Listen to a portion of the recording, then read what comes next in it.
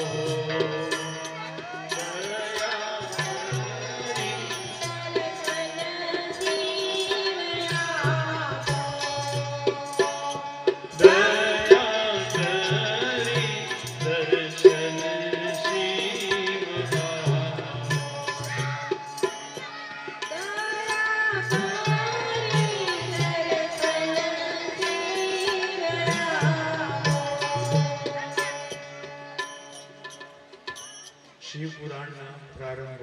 હવે ધ્યાન દે, હવા નહીં બગડે, એ તો થાય. શરૂમાં માઈ આ બધું બગડે, વાઈફ કે પછી ઠેકાણે આવડે. આ બહુ સારા કલાકારો લાગે છે આ બધા ટીવી કલાકારો. એટલે શિવ પુરાણના પ્રારંભમાં વેદવ્યાસજી પ્રયાગની પવિત્ર ધરતી પર આપણને લઈ જાય છે અને ત્યાંથી કથાનો પ્રારંભ થાય છે. એ છોકરાઓ અવાજ નહીં, હે સાંભળો અવાજ ભરી જાઓ. પ્રયાગની પવિત્ર ધરતી ઉપર ઋષિ મુનિઓનું સત્ર ભરાયું છે. સાંભળજો, આ પ્રારંભ છે. શરૂઆતનો બેઝ ખબર નહીં પડે તો શિવપુરાણમાં ગોથા મરાય ગયું છે. ઋષિ મુનિઓનું સત્ર ભરાયું છે અને એ ઋષિ મુનિઓના સત્રની અંદર રોમહર્ષણ પણ હાજર છે. એક દિવસ બધા જ મુનિઓ વતી શ્રી શૌનક શુતજીને કહે છે કે હે સુત મહામુનિ, તમે મહાપંડિત છો, બધા જ સિદ્ધાંતો, બધા જ કર્મના સિદ્ધાંતોને તમે જાણવા વાળા છો. પુરાણોની કથાનો જે કંઈ સાર હોય કૃપા કરીને તમે અમને કહો. જ્ઞાન અને વૈરાગ્ય સહિતની ભક્તિ જે કંઈ હોય મને કહો. બહુ સમજવા જેવી વાત છે. ભલા પ્રેમમાં આમ ઘરના ઉચ્ચાર છે પણ બુદ્ધિજીવી માણસ બહુ જ સુંદર પ્રશ્ન પૂછ્યો. શું પ્રશ્ન પૂછ્યો? વેદવ્યાસજી લખે છે કે જ્ઞાન અને વૈરાગ્ય સહિતની જે ભક્તિ હોય એવી નિર્મળ ભક્તિ રામચરિત માનસના સુંદરકાંડની અંદર આખો 7 કાંડ છે. પહેલો બાલકાંડ, બીજો અયોધ્યાકાંડ, ત્રીજો અરણ્યકાંડ, ચોથો કિષ્કિંધા, પાંચમો સુંદરકાંડ, છઠ્ઠો લંકાકાંડ, છેલ્લે ઉત્તરકાંડ. પૂરા રામાયણમાં તમે દ્રષ્ટિ કરશો તો તમને ખ્યાલ આવશે કે તુલસીદાસજીએ ભગવાનની પાસે કાંઈ આ ઈકો થોડો પૂછો તો કરતા પાલશે થોડો ભયો બહુ નહીં.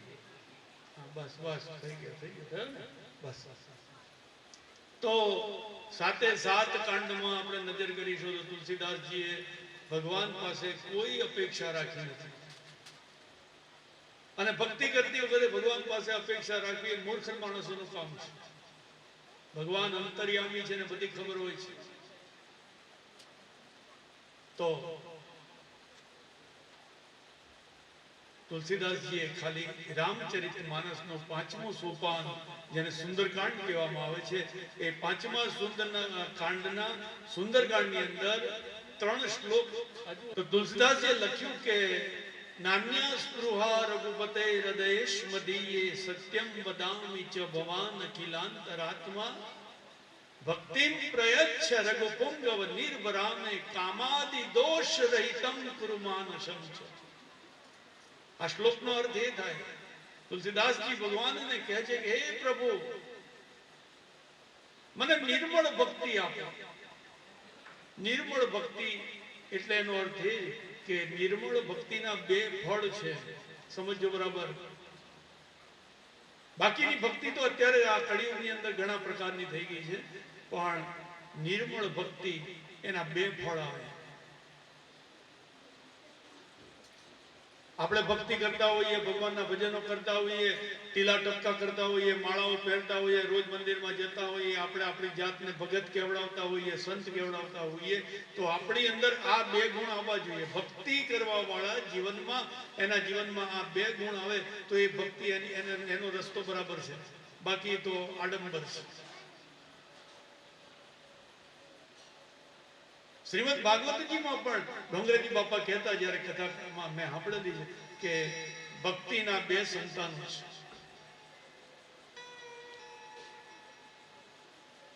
જે ભક્તિ કરે એને 2 સંતાન, એના 2 ફળ છે. એક જ્ઞાન. જ્ઞાન એટલે પંડિતાઈ નહીં. જ્ઞાન શબ્દ બહુ અઘરો શબ્દ છે. 2 અક્ષરનો છે, પણ સાચો અર્થ સમજવામાં ભલભલા ભૂલા પડે છે.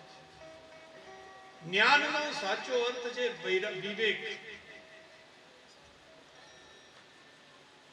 જ્ઞાન એટલે પંડિતાઈ નહીં, સડસડાટ સંસ્કૃતમાં બોલતા આવડતું હોય, સરસ ભાષણ કરતા આવડતું હોય, એ જ્ઞાન નથી. એ પંડિતાઈ છે, આવડત છે. બાકી ભક્તિના જે 2 ફળ છે એમાં પેલું જ્ઞાન કીધું છે.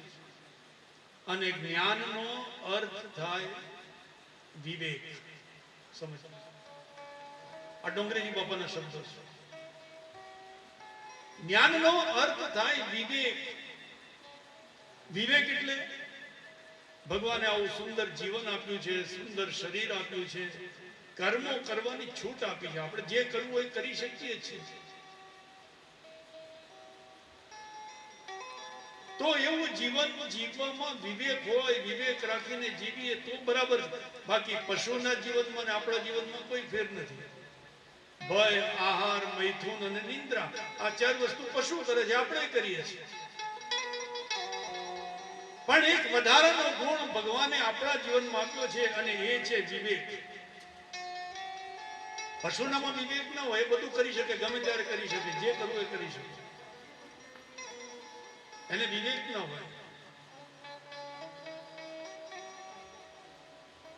જ્યારે આપણા જીવનમાં વિવેક હોવો જોઈએ. અને જે ભક્તિ કરે તો ભક્તિનું પહેલું ફળ છે વિવેક. વિવેકનો અર્થ સીધો સાદો મારી રીતે એમ થાય કે આપણને એટલું જ્ઞાન હોવું જોઈએ કે આપણાથી આવું ખવાય, આવું ન ખવાય, આવું પીવાય, આવું ન પીવાય, આવું બોલાય, આવું ન બોલાય, આવું કરાય, આવું ન કરાય. આવો સારા નરસાનો જે આપણને જ્ઞાન થાય એનું નામ વિવેક છે. તો ભક્તિનું પહેલું ફળ છે વિવેક.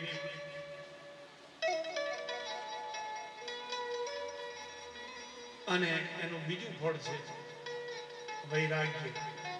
વૈરાગ્ય એટલે સાધુ થઈ જવું, સંસાર છોડીને બાવા થતું જવું, ગિરનારની ગુફામાં જઈને અલ્લેખ કરીને બેસી જવું, એ તો નામર્દાઈ છે. સંસાર છોડીને બાવા બને એ બહુ સારું કામ નથી.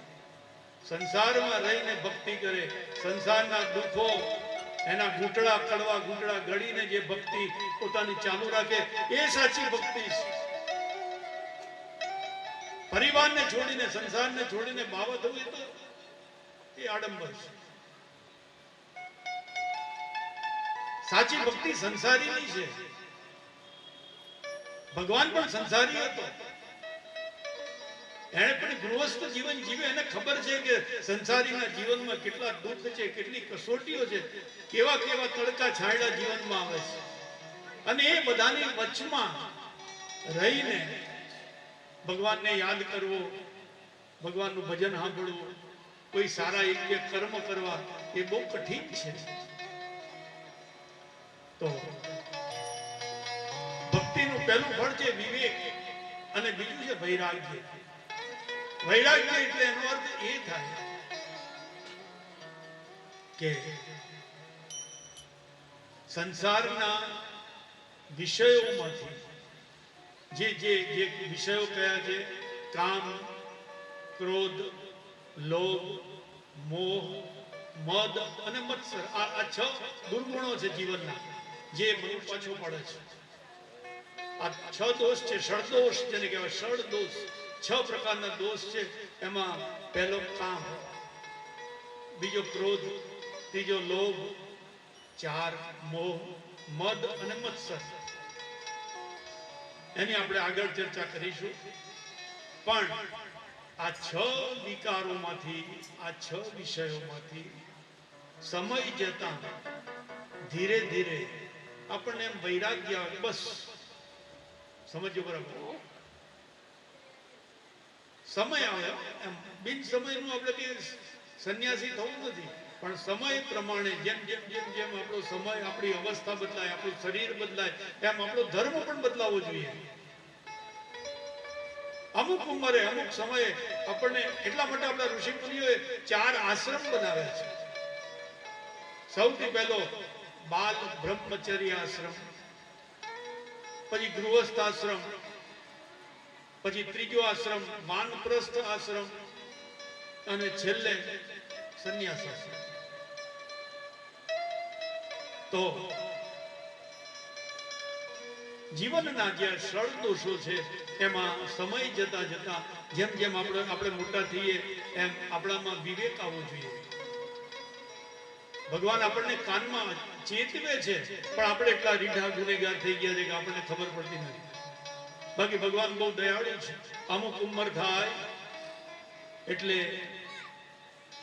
આમ વાળ સફેદ થાય છે, અને સફેદ વાળ થવાની શરૂઆત ક્યાં થાય છે? લગભગ વિજ્ઞાનની દ્રષ્ટિએ એમ લાગે છે, એવું વૈજ્ઞાનિકોનું પણ કહેવું છે, મેં વાંચ્યું છે કે સફેદ વાળ સૌથી પહેલા કાન પાસેની જે લટ હોય ને ત્યાં આમ સફેદ વાળના ફણગા ફૂટે. એકાદ બે સફેદ વાળ થાય, પછી ધીરે ધીરે અહીં થાય, પછી પાથીઓમાં થાય, પછી આપણે કાળા કરીએ, પાછા કાળા કરીએ, પાછા ધોળા થાય. એના કરતા એટલે આવું બધું છે. સફેદ વાળ થવાની શરૂઆત લગભગ કાન પાસેની જે લટ છે ત્યાંથી સફેદ વાળ થાય. હવે આપણા મનમાં એમ પ્રશ્ન થાય કે ભગવાને આ ખેલ હું કામ કર્યો? કાળામાં કાળા રાખ્યા હોત તો આ ડાય લગાવી નુકસાન થાય શરીરને, આ બધું જાત જાતનું. એના કરતા સફેદ શું કામ કરે? કાળા જ રાખ્યા હોત તો શું વાત? એને શું નુકસાન હતું? આ ખેલ શું કામ કરવો પડે ભગવાન?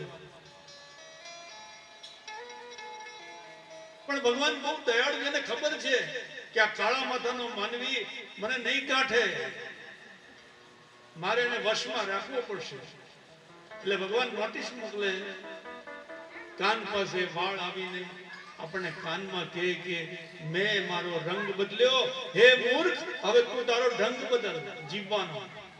અત્યાર સુધી જેમ જીવ્યો એમ સારું નહીં, મેં મારો રંગ બદલ્યો. વાળ આપણને કાન પાસે આવીને કહે છે કે મેં મારો રંગ બદલ્યો, તું હવે તારો જીવવાનો ઢંગ બદલ. બહુ થયું હવે. કાયમ સુખના સુધર અને કાન પાસે આવીને એ સફેદ વાળા પણ કહે છે, આવો એક પ્રસંગ બહુ સરસ રામચરિત માનસમાં આવે છે.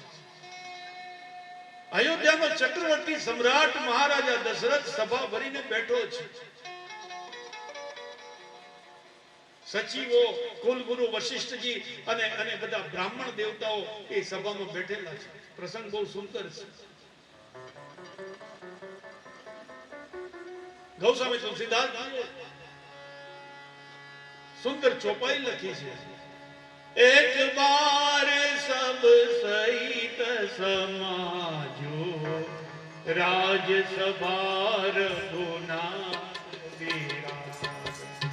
એક બાર સબ સહિત સમાજો રાજ સભા રઘુનાથ વિરાજ. શ્રવણ સમીપ ભય કેશા મન જર થપનો રાજા રામ રામ રામ સીતા રામ રામ રામ રાજા રામ રામ રામ સીતા રામ રામ રામ રાજા. બધા બોલજો, તાલી પાડે.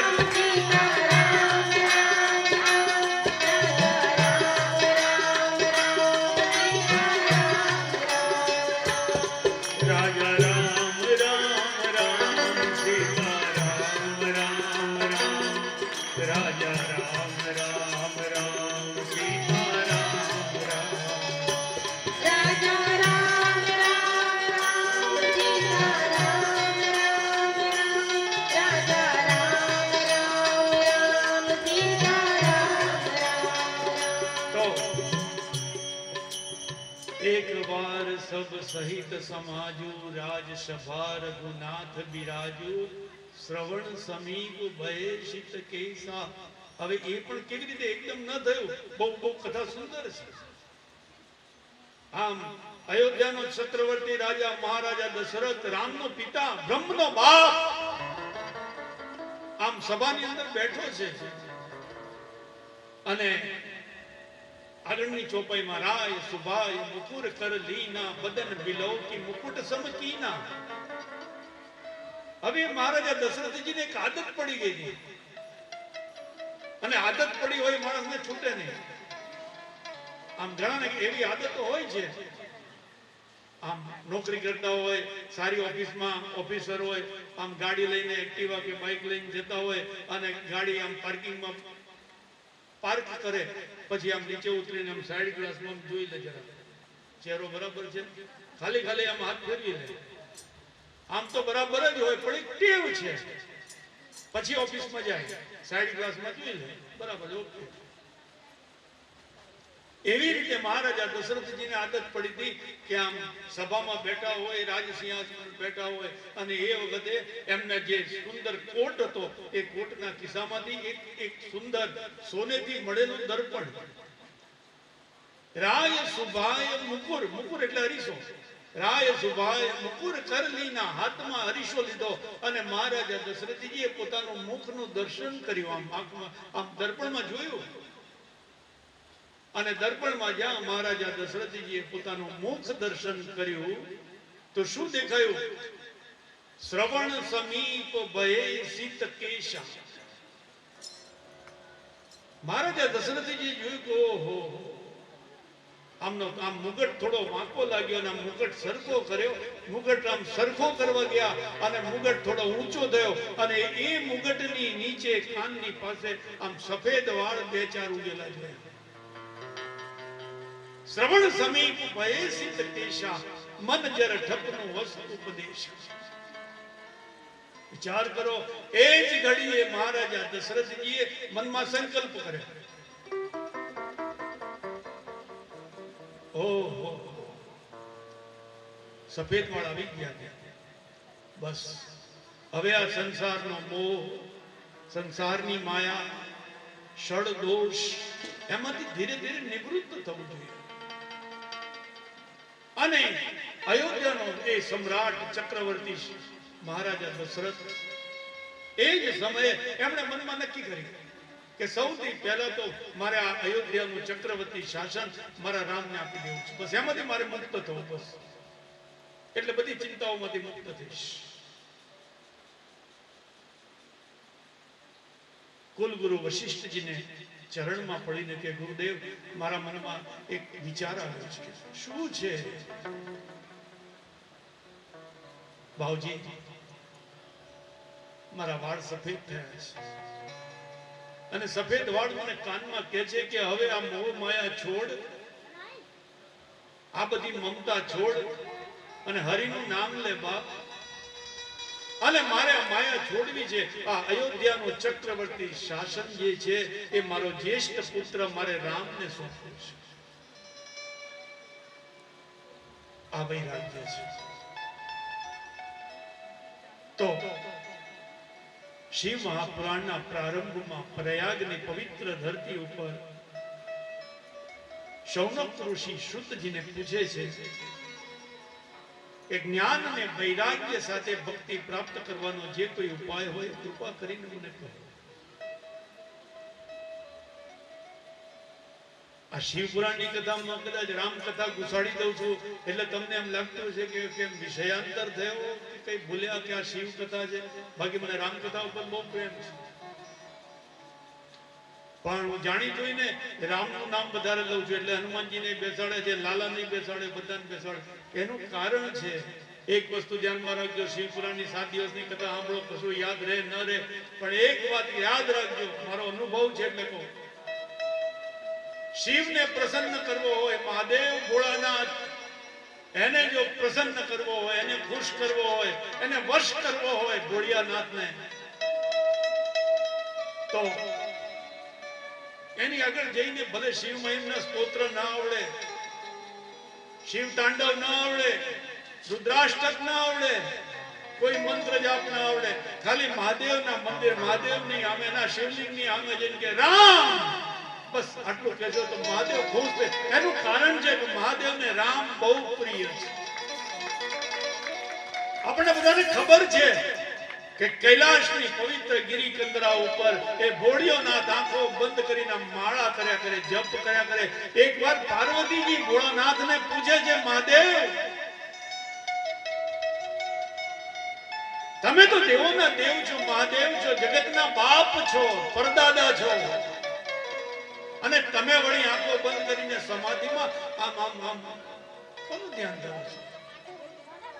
અને જ્યાં માં પાર્વતી જગદંબાએ આ પ્રશ્ન પૂછ્યો, ભોળિયાનાથ મહાદેવની આંખમાંથી આમ દડ દડ આંસુ આવે. દેવી, સાચું કહું છું તને કે મને જગતમાં સૌથી વધારે પ્રિય મારો રામ છે, અને એ રામને હું હંમેશા યાદ કરીશ. અને જેટલો શંકરને રામ પ્રિય છે એટલો રામને શંકર પ્રિય છે. રામચરિતમાનસના લંકા કાંડની અંદર જ્યારે રાવણની સામે યુદ્ધ કરવાનો પ્રારંભ થયો અને એ ભગવાન રામે રામેશ્વર ની સ્થાપના કરી. આપણા 12 જ્યોતિર્લિંગો છે. ક્યારેક જો ભગવાનની અનુકૂળતા હોય, ભગવાને આપ્યું હોય, શક્તિ હોય, ઘૂંટણો જો હારા હોય, અમારા જેમ ઘસાઈ ગયા ના હોય અને પગ સારા રાખ્યા હોય ભગવાને, તો એકવાર રામેશ્વર જજો. ભગવાન રામે પોતાના હાથે 12 જ્યોતિર્લિંગ પૈકી એક રામેશ્વર જ્યોતિર્લિંગ બહુ પવિત્ર છે. અને એ 12 જ્યોતિર્લિંગનો શ્લોક બધાને આવડતો હશે. સૌરાષ્ટ્રે સોમનાથમ છ, લગભગ આવડતો છે બધાને, મને ખાતરી. કેટલાને આવડે છે? હાથ ઊંચો કરો. મોટા ભાગ, મેજોરિટી. ભાજપની જેટલી સીટો આવી ને એટલા હાથ ઊંચા થયા છે. તો એ 12 જ્યોતિર્લિંગનો જે શ્લોક છે એ ખાલી બોલવાથી કેટલો ફાયદો થાય ખબર છે? બીજું કઈ ના કરવું પડે. આ અમરનાથના ડુંગરાય ના ચડવા પડે કે ભૂખ્યાય ના મરવું પડે. ખાલી એ 12 જ્યોતિર્લિંગ સવારે ને સાંજે એક એ શ્લોક બોલતા કેટલી બહુ તો 2 મિનિટે નહીં થતી હોય કદાચ. સવારે અને સાંજે સ્નાન કરતી વખતે અથવા ઉઠતાની સાથે સૂતી વખતે સવારે સાંજ દિવસમાં 2 વાર આ 12 જ્યોતિર્લિંગનું ખાલી નામ લેવાનું. બસ અભિષેક ના કરો, કોઈ દાન પુણ્ય તીર્થ કર્મ ધર્મ કઈ જ નહીં. કારણ કે કળિયુગમાં નામનો પ્રભાવ બહુ છે. મહારાજ મને કહેતા તો એ 12 જ્યોતિર્લિંગનો શું ફાયદો થાય છે?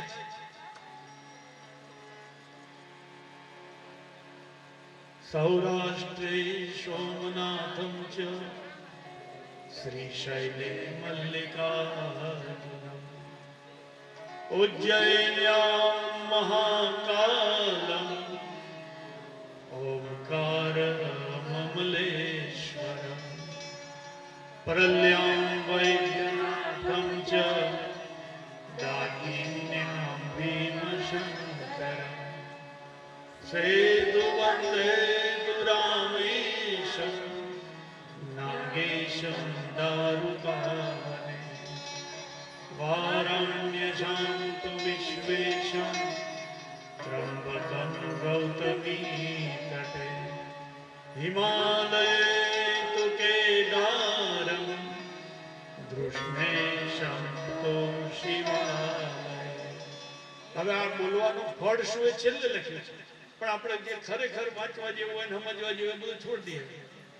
છેલ્લે આ શ્લોકમાં છેલ્લે લખ્યું છે એતાની જ્યોતિર્લિંગાની શાયમ પ્રાતઃ પઠે નર. સમજ પડી? શિક્ષકો ખબર પડી આનો અર્થ? એતાની જ્યોતિર્લિંગાની શાયમ પ્રાતઃ પઠે. આ 12 જ્યોતિર્લિંગનો નામ સાયમ અને પ્રાતઃ, સાંજે અને સવારે, ગમે ત્યારે. એમ બધો સમયનો ઉલ્લેખ નહીં. સુતા સુતા બોલી શકાય, નાતા નાતા બોલાય, ખાતા ખાતા બોલાય. એતાની જ્યોતિર્લિંગાની સાયમ પ્રાતઃ પઠે. તો શું થાય? એનું ફળ શું મળે?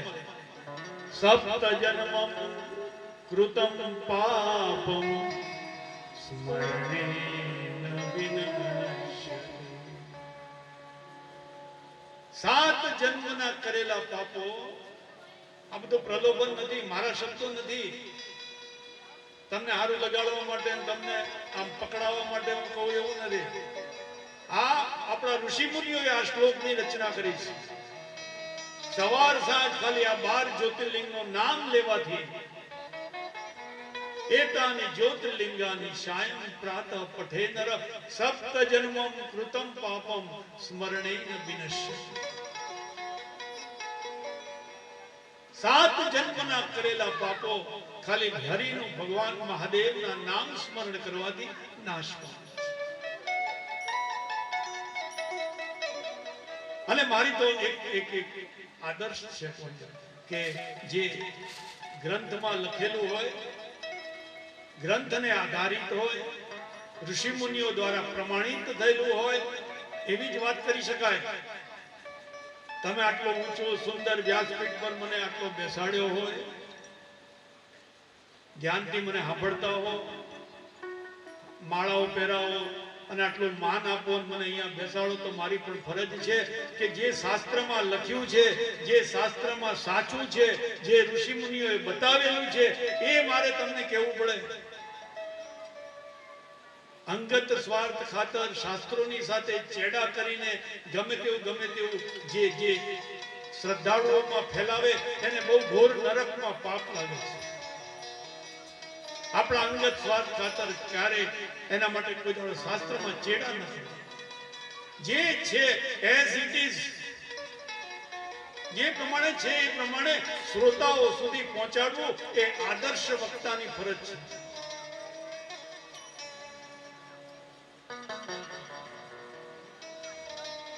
બાકી તો નીચે બેઠેલા મારા કરતા ખૂબ ભક્તિવાન હશે, ખૂબ ગુણવાન હશે, ખૂબ જ્ઞાની હશે. આટલે ઊંચે બેસાડો ને પછી જેમ ફાવે એમ પોતાના અંગત સ્વાર્થ ખાતર આડું અવળું સમજાવીને આપણો સ્વાર્થ સાધવા માટે પ્રયત્ન કરીએ તો એની દશા કેવી થાય ખબર છે? અમારા મોરારી બાપુ પહેલાઓની કથામાં ખાસી 20-25 વર્ષ પહેલાની કથામાં એક દ્રષ્ટાંત કહેતા. આ મોરારી બાપુના મુખે મેં સાંભળેલું છે અમારા, કે વ્યાસપીઠ પર બેઠા પછી એ પીઠનો કઈક જવાબદારી છે. નહીં તો ઘોર નરકમાં, ભલે આ જન્મમાં તો લોકો આપણને બહુ માને હાર પહેરાવે, પણ પછી ઘોર નરકમાં તે નર કરહી કલપ ભરી ઘોર નરકમાં વાસ. રડવું પડે છેલ્લી વાર. બાકી મોરારી બાપુ એ દ્રષ્ટાંત આપતા મને કથામાં કહેતા કે એક નાનું સરખું ગામ, એમાં તમારા જેવા કૃષ્ણા બંગલોઝના ધાર્મિક યુવા મંડળ બધા ભેગા થયા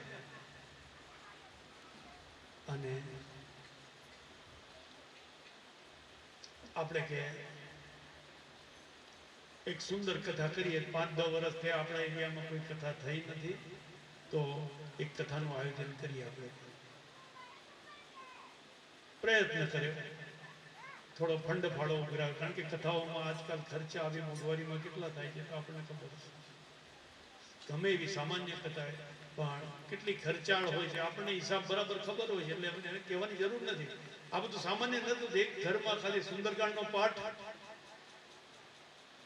કે સત્યનારાયણની કથા કરાવો તો 1000-1500 રૂપિયા થાય છે બરોડા, એનાથી વધારે. તો એ બધા યુવકો ભેગા થયા, પછી નક્કી કર્યું કે આપણે કથા કઈ કરીએ. રામાયણ તો બહુ સાંભળ્યું, શ્રીમદ ભાગવતની કથા બહુ સાંભળી, પણ આપણે શિવ પુરાણ સાંભળવાનો અવસર નથી મળ્યો. આપણે કોઈ સારા વક્તાને બોલાવી અને શિવ પુરાણની કથા. સરસ એક સુંદર વક્તા દેખાતા હતા, પ્રભાવશાળી હતા, દેખાવમાં સુંદર, ગળામાં રુદ્રાક્ષની માળા, ત્રિપુંડ લગાવેલો, દેખાવમાં સુંદર, બોલવાની વાણી સુંદર, બધું સુંદર હતું. આ બાપુ કહેતા દ્રષ્ટાંત. બધી તૈયારી કરી. કથાકાર શ્રીજી હતા એ વ્યાસપીઠ પર બેઠા, અને આપણે જેમ આજે પહેલો દિવસ પ્રારંભ કર્યો એમ કથાનો પ્રારંભ થયો.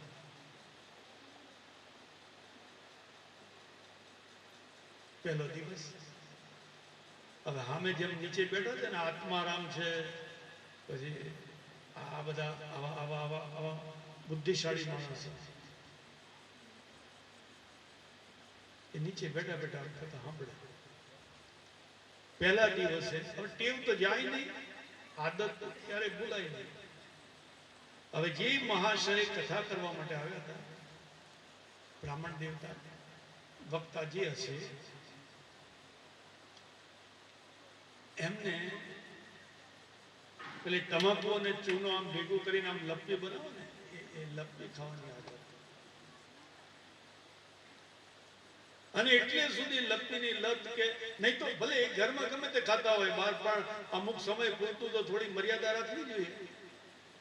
પણ એમને એમ કે આમ મોઢામાં લપી હશે તો થોડો આમ મૂળ આવશે, કરંટ આવશે, કથા સારી કહી શકાશે.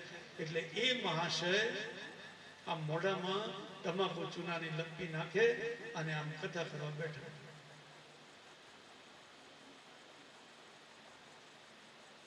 હવે તમાકુ ને થૂંક ને ચૂનો ને આ બધું ભેગું થાય મોઢામાં, 2-3 કલાક કથા કરવાની, કંટ્રોલ કરવા જાય, 10-15 મિનિટ તો હરખું ચાલ્યું, દબાઈને રહ્યું બધું, પણ પછી જેમ જેમ સમય થાય ને એમ બધી લપી બહાર નીકળે.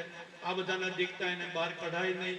કરવું શું? આમ હોઠ દબાવે ને નીચે લાવે, પાછી ઉપર ચડે ને પાછો હોઠ દબાવે ને નીચે લાવે, પાછી ઉપર ચડે. કરવું પાછા અમુક કથાકારો હોશિયાર હોય. હા, એક ડાયરા વાળા કહેતા હતા, ભગુભાઈ જેવા, કે કથાકાર તમાકુ મોઢામાં રાખીને ઉપર ચડી ગયો ભૂલથી. બાકી રોજ એની આદત કે આમ દરવાજે આવે એટલે પછી લપી કાઢી નાખે અને પછી હરકો થઈને બેસી જાય. પણ એક દાડો ભૂલી ગયો. ડાયરામાં કોઈ કલાકાર, અમારા ભગુભાઈ જેવા, એ તમને બધું કહે છે, ડાયરાની મોજ છે બધી. એટલે એ ભાઈ કથાકાર છે ને, આમ મોઢામાં પેલી લપી ગેટ પાસે કાઢવાની પણ ભૂલી ગયા, અને બેઠા અને હાર્મોનિયમ પર બેઠા ને પછી કે માલ તો અંદર રહી ગયો. હવે શું કરવું? કે કઢાઈ બી નહીં, કે આમ કાઢીને આમ ફેંકે તો ક્યાં ફેંકે? કોકના ઉપર પડે. પણ મહારાજ હોશિયાર હતા, બુદ્ધિશાળી. પ્રવીણભાઈ એ મહારાજ કેવા કાઢવી તો પડશે, 3 કલાક કાઢવાના છે. એ વચમાં આડી આવે એટલે મહારાજે શું કર્યું ખબર?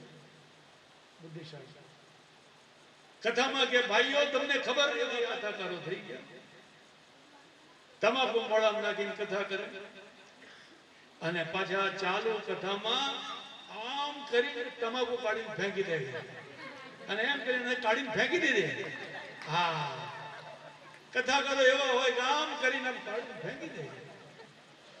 તો પેલા ભાઈ મોંમાં આ લપી નાખી આમ હામે બેઠા બેઠા આ તમારા જેવા આ હામે બેઠા બધા એવા જોયા કરે, કારણ કે નીચે બેઠેલા બહુ હોશિયાર હોય છે. આ તો ઠીક છે આપણને ઉપર ચડાયા, બાકી એ નીચે બેઠા છે બધું ધ્યાન રાખે કે શું બોલે છે, એમાં કેટલું સાચું છે, એમાં કેટલું ખોટું છે, ભાવજીની નજર કેવી છે, ક્યાં ફરે છે, કેવું બોલે છે, કેવું બધું જોતા હોય નીચે બેઠા બેઠા. એટલે નીચે બેઠા બેઠા જુએ પહેલો દિવસ. હવે એ મોઢામાં બધી લપીનો ગોળો વળ્યો અને એના પછી ગમે એટલો કંટ્રોલ કરે પણ ક્યારેક આમ મૂળમાં આવી જાય અને ભૂલી જાય મોઢામાં લપી છે. એવા સમયે મોઢામાંથી એ બધું થૂંક હોય, અપવિત્ર ગંદુ થૂંક, એના છાંટા આવી પવિત્ર પોથી ઉપર પડે અને સામે બેઠેલા ભાઈ બહેનો જોયા કરે કે આ કથા કરે છે પણ ક્યારેક મોઢામાંથી થૂ કરીને નીકળે છે અને પોથી ઉપર પડે છે. જે પોથીની આપણે પૂજા કરતા હોઈએ, જે પોથીને આપણે ભગવાન તુલ્ય સમજતા હોઈએ. ડોંગરેજી બાપા કહેતા કે ભગવાન જ્યારે પોતાના સ્વધામ ગમન ગયા તે વખતે પોતાનું જે બધું જ તેજ હતું, બધી શક્તિ હતી એ પોથીમાં છે. અને એટલા માટે શીખ પરિવાર, શીખ સંપ્રદાયમાં ગ્રંથને જ ભગવાન ગુરુ ગ્રંથ સાહેબ ભગવાનનું પુસ્તક છે, ભગવાનની પોથી છે, ભગવાનનું સ્વરૂપ છે. અને સામે બેઠેલા શ્રોતાઓ આ ભગવાનની કથા સાંભળે પણ એમની નજર હોય દર્શન કરે વક્તાના અને મોઢામાંથી આ લપીના છાંટા ઉડે. એટલે આ અમારા આત્મારામ તમારા ડીસાના જ મારા ખાસ મિત્ર છે. એટલે એમને ત્યાં અમે સત્સંગ કર્યા. પહેલો સત્સંગ તેમાં ત્યાંથી શરૂ થયો હતો. ફાયદો થયો, મોટો સત્સંગ મળે. એ આત્મારામ જેવા બેઠા અને પાછા સ્પષ્ટ વક્તા. કથા તો પૂરી થવા દીધી પહેલા દિવસે. પછી કથા પૂરી થઈ, આરતી થઈ, પ્રસાદ વેચાયો અને પછી સ્ટેજ પર આવ્યા. સ્ટેજ પર આવીને 2 હાથ જોડીને પેલા કથાકારને કીધું જય સિયારામ, જય મહાદેવ બધું કીધું. પછી કે બાબુજી પૂરી કેવી કથામાં મજા? હા, બહુ મજા આવી, આનંદ, તમારી વાણી સારી, તમે ભજન હારા ગાઓ, તમે દેખાવમાં સારા છો, બધું સારું, ઓલ ઇઝ વેલ.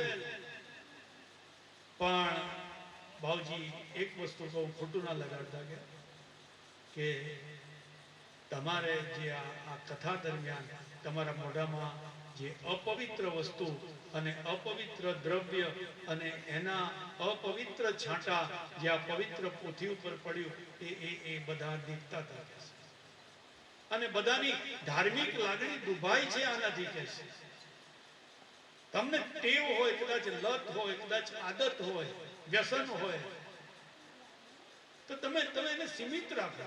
3 કલાક કથામાં બેહો એટલો સમય તો છોડો. આવું સ્પષ્ટ કીધું. પણ આ તો હટ, પાછી 4 હટ બહુ ખરાબ. એ જીદે ભરાય પછી માને નહીં પાછા. હા, આપણી ભૂલ થઈ ગઈ હોય કોઈ આપણને ઉપર આવીને કે તમારી ભૂલ છે, તમે પેલું કીધું એ ખોટું બોલ્યા, પેલા ઋષિનું નામ આ નતું પણ આ છે, બધું બરાબર ચાલે. જગતમાં પાપ થઈ જાય બહુ ચિંતા ન કરવી. ભલે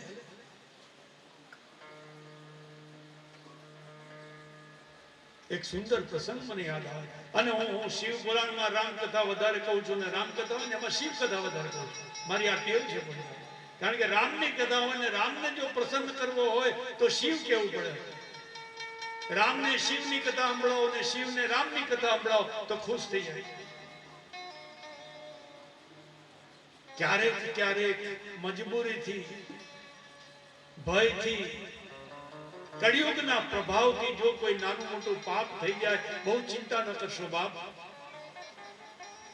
એ પાપને ધોવા માટે, એ પાપને નષ્ટ કરવા માટે ખૂબ ઉપાયો છે. પ્રભુનું નામ સ્મરણ, હરિનું નામ, પશ્ચાતાપ થાય. રામાયણનો એક બહુ સુંદર પ્રસંગ આ સમય મને યાદ આવે, ટૂંકમાં કહીશ. તમને બધાને ખબર હશે, એ ઋષિ પત્ની જેનું નામ હતું અહલ્યા, ગૌતમ ઋષિના પત્ની. આ કથા મને આમ બહુ જીભ ન ઉપડે કહેવાય, પણ કોણ જાણે અંદર એમ થાય કે કઈ જ નાખે.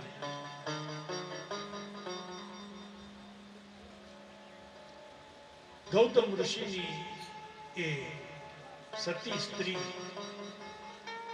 જેનું નામ સતીઓમાં છે, અહલ્યા, દ્રૌપદી, તારા, સીતા, આ બધી સાત મહાસતીઓ છે, તેમાં અહલ્યાનું નામ છે. પણ એ અહલ્યાથી એક વાર કોણ જાણે, ભગવાન જાણે શું હશે, હરિની લીલા. બસ અહલ્યાથી એક અઘટિત કૃત્ય થઈ.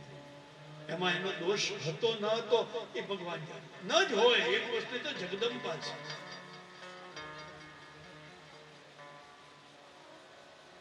અને આપની કથા ખબર હશે, બહુ ઊંડે ઉતરવા મને ગમતું નથી એટલે.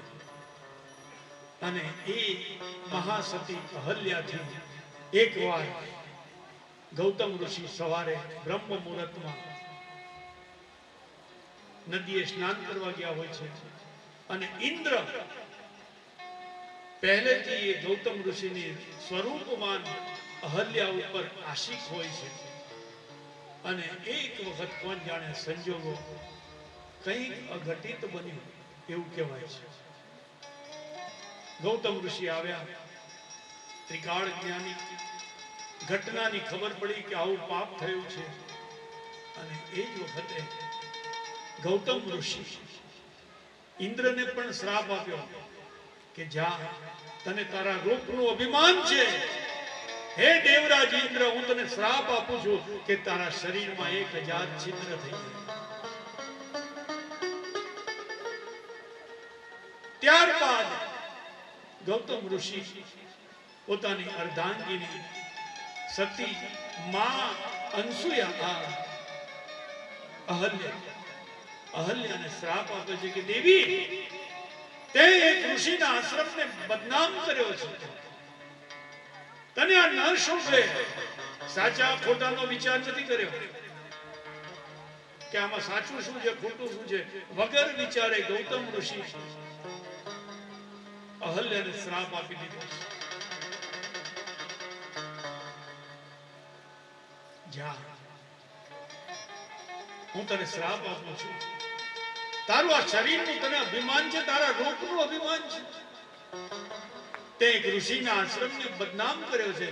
જા, હું તને શ્રાપ આપું છું કે તારું આ શરીર પથ્થર દેહ થઈ જાય, તું પથ્થર થઈને પડ. લોહી, માંસ અને હાડકામાંથી બનેલા આ શરીર ઉપર તને આટલો ગર્વ છે, જા, તારું આ શરીર પથ્થરનું બને, પથ્થર દેહ થઈ જશે. આવો ગૌતમ ઋષિએ અહલ્યાને શ્રાપ આપ્યો છે. ઋષિના શ્રાપથી અહલ્યા આશ્રમના દ્વાર પાસે પથ્થર દેહ થઈને પડી છે. કથા આપને ખબર છે, ત્રેતા યુગની અંદર ભગવાન રામ, લક્ષ્મણજી અને વિશ્વામિત્રજી જનક રાજાના જનકપુરમાં જાય છે. સીતા સ્વયંવરનો પ્રસંગ હોય છે, અને એ વખતે વિશ્વામિત્રજીની સાથે રામ અને લક્ષ્મણજી હોય છે. ત્યાં થઈને જઈ રહ્યા છે, અને એક સુંદર આશ્રમ આવ્યો.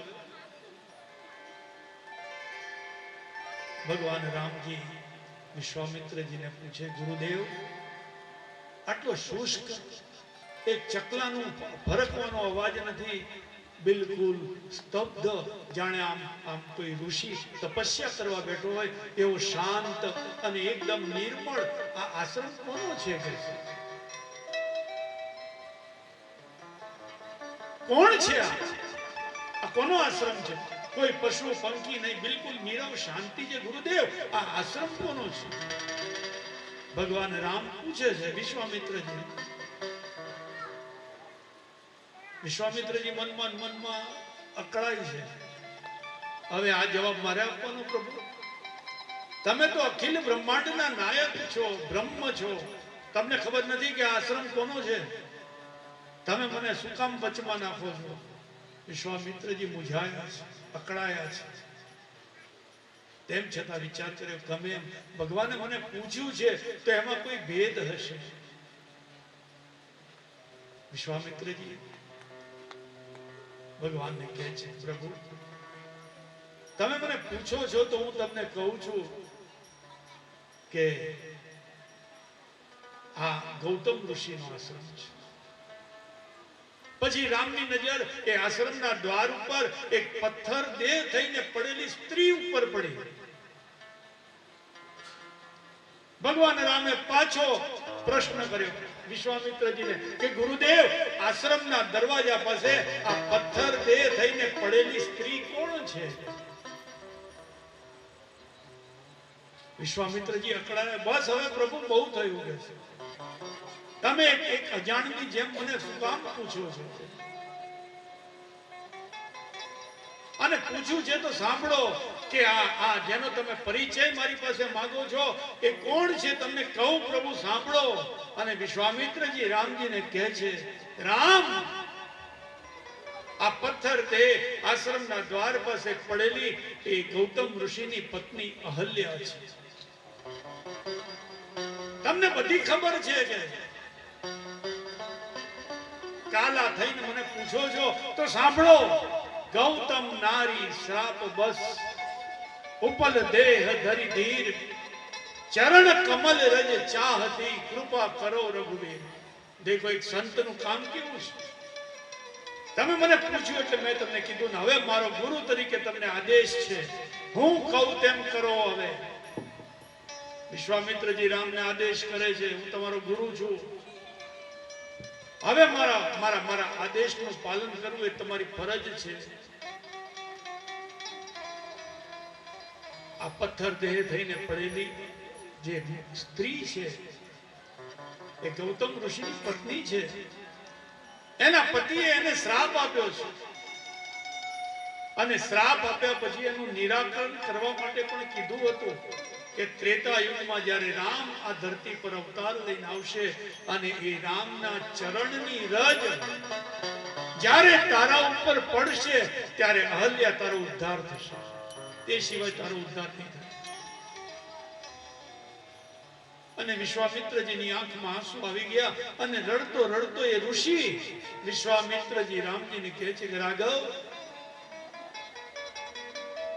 હવે મારો આદેશ છે તને કે આનો ઉદ્ધાર કર. બિચારી કેટલાય વખતથી નિર્દોષ એક ઋષિના શ્રાપના કારણે પથ્થર દેહ થઈને પડી છે. એનો ઉદ્ધાર કર બાપ. તારા ચરણની રજ એને આપ. તારા ચરણની રજથી એને પાવન કર અને એ પથ્થર દેહ થઈને પડેલી એનો ઉદ્ધાર કર. હવે રામ તો રઘુવંશી હતા, ક્ષત્રિય હતા. અને ક્ષત્રિયોનો સ્વભાવ હોય છે પોતાના અસૂલ, પોતાનો સિદ્ધાંત, પોતાની નેકી, પોતાની ઈમાનદારી, પોતાની પ્રમાણિકતા. જાન જાય રઘુકુલ રીત સદા ચલી आई, प्राण जाए और वचन न जाए. રામજી વિશ્વામિત્રજીની સામે જુએ, ગુરુદેવ તમે મારા ચરણની રજ આ એક બ્રાહ્મણ સ્ત્રી, બ્રાહ્મણ સતી, ઋષિ પત્ની, એને મારા ચરણની રજ હું એના ઉપર આપું? હું તો રઘુવંશી છું બાપ, ક્ષત્રિયનો બચ્ચો છું. મારા ચરણની રજ હું કોઈ સ્ત્રી ઉપર ન પડવા દઉં કે આ તો ઋષિ પત્ની છે, મારા ચરણની રજ એના ઉપર કઈ રીતે?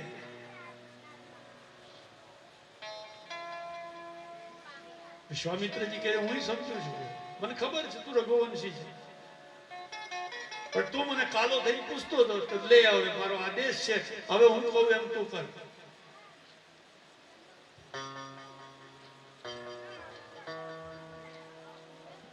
રામ મૂંઝાયા છે. ગુરુદેવનો આદેશ છે ચરણ રજનું દાન કરવું, ચરણની રજ એના ઉપર દાન પેટે નાખવું, એનો ઉદ્ધાર કરો. અને મારે કરવું પડશે. ગુરુનો આદેશ ક્યારેક ફેલ ન થાય. ગુરુ એ ગુરુ છે.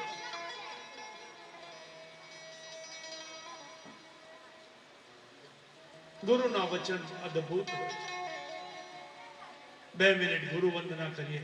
અમારે હિંમતનગર સાબરકાંઠામાં હું હતો 28 વર્ષ. તે વખતે આ ગુરુનું ભજન બહુ ગવાતું હતું. મને બહુ ગમે. આ હિંમતનગરનું ભજન છે.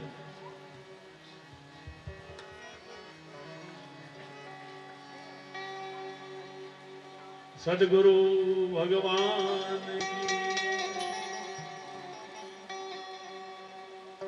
આટલો સંદેશો મારા ગુરુજીને કહેજો.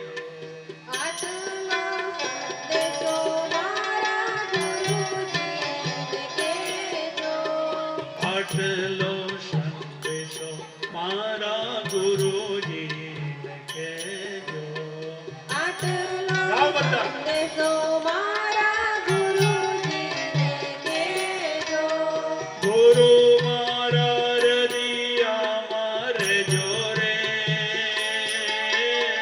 ગુરુ મારા હૃદયમાં રહેજો રે. આટલો સંદેશો મારા ગુરુજીને કહેજો. આટલો સંદેશો મારા ગુરુજીને કહેજો. કાયા પડશે ને હંસો ક્યાં જઈ સમાસે. કાયા પડશે ને હંસો ક્યાં જઈ સમાસે. કાયા પડશે ને હંસો ક્યાં જઈ સમાસે. કાયા પડશે ને હંસો ક્યાં જઈ સમાસે. એ ઘર બતાવી અમને દેજો રે. એ ઘર બતાવી અમને દેજો રે. આટલો સંદેશો મારા ગુરુજી. આટલો સંદેશો મારા ગુરુજીને કહેજો.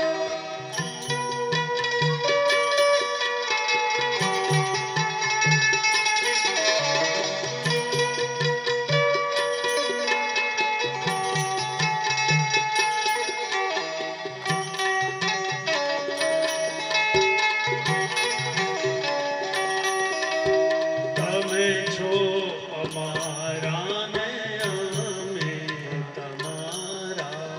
તમે છો અમારા ને અમે તમારા.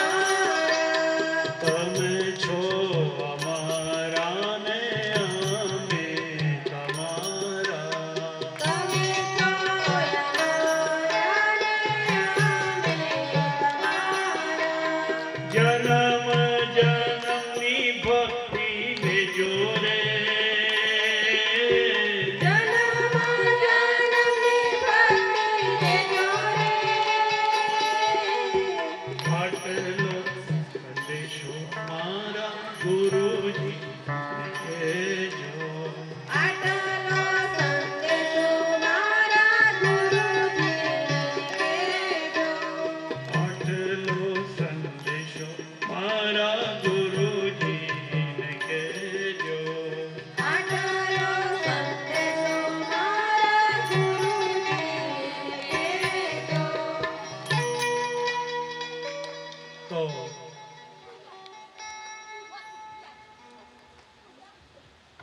ભગવાન રામ મનમાં મૂંઝાયા છે. ગુરુનો આદેશ છે, શું કરું? અને બધા જ રામાયણોમાં અલગ અલગ મત છે.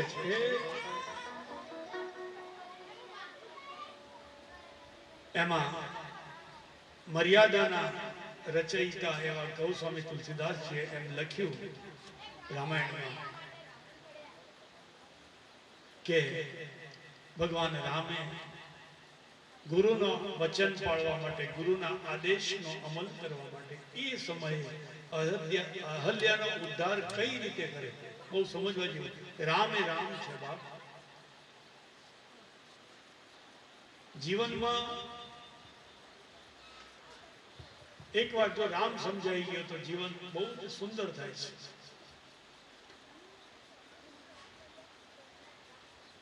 રામાયણ એમ કહેવાય છે કે રામાયણ જીવતા શીખવે છે.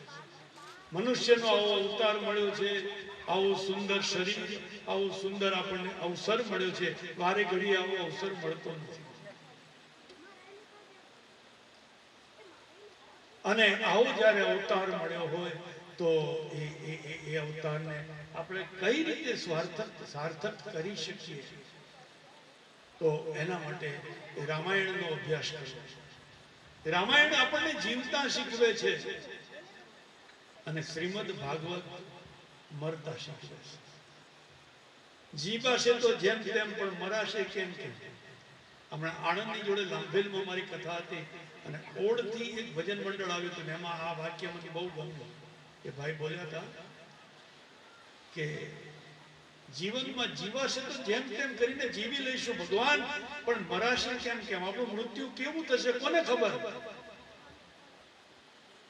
શ્વાસ રૂંધાશે ને નાડીઓ તૂટશે, તૂટશે જીવન દોર.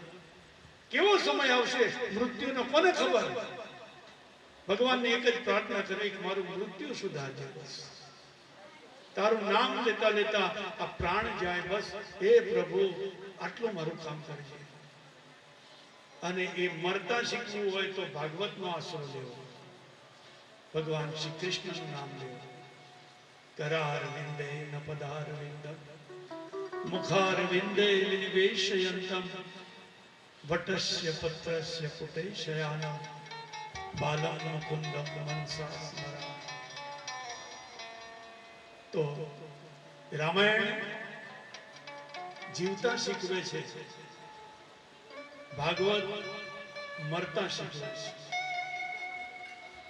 આપણે બધા જીવવાનું જ હજુ, મરવાની વાર છે. આપણે રામાયણનો આશરો લઈએ. અને અમારા મોરારી બાપુ તો કે કથામાં કે મનુષ્ય જીવનમાં જીવનની કોઈ પણ સમસ્યા હોય હિંમત ન હારવી બસ. આ તો જીવન છે. નાનું મોટા કોઈ ને કોઈ તકલીફો આવે, પ્રેમથી હસતા હસતા જીવી લેવું બસ. આવું શરીર અને આ અવતાર વારે ઘડીએ નહીં મળે.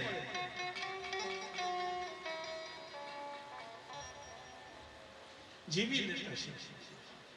જીવનની કોઈ પણ સમસ્યાનો હલ હોય, એનું સમાધાન થાય.